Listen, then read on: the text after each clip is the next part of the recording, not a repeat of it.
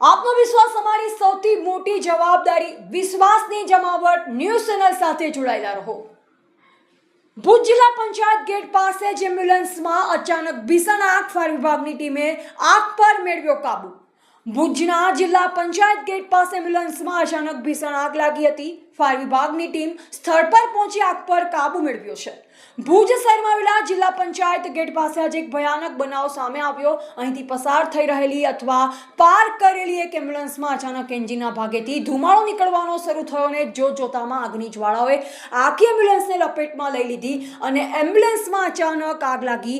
જિલ્લા પંચાયત ગેટનો વિસ્તાર અત્યંત વાહન વ્યવહાર અને સરકારી કાર્યાલયોથી ધમધમતો હોવાથી એમ્બ્યુલન્સમાં સળગેલી આગ જોઈ આસપાસના વેપારીઓ, રાહદારીઓને વાહન ચાલકોમાં ભારે અફરાતફરી મચી હતી. આગના દ્રશ્ય જોવા માટે સ્થળ પર લોકોના મોટા ટોળા એકઠા થયા હતા.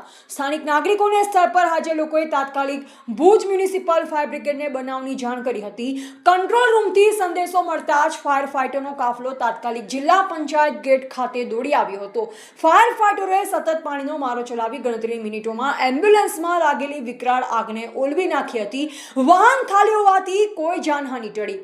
સમય સૂચકતા વાપરી એમ્બ્યુલન્સમાં સવાર લોકોને તુરંત જ બહાર નીકાળી દેવા હોવાથી અથવા વાહન ખાલી હોવાથી કોઈ જાનહાનિ થઈ નથી, જેથી તંત્ર અને સ્થાનિકોએ રાહતનો શ્વાસ લીધો છે.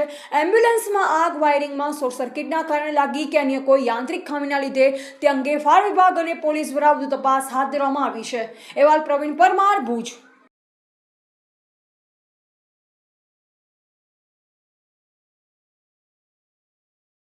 એક જિલ્લા પંચાયત તરફથી 15મા નાણાં પંચ અંતર્ગત ગત વર્ષે જે આપવામાં આવેલી એમ્બ્યુલન્સ હતી અને એમાં એ અચાનક આગ લાગેલી છે.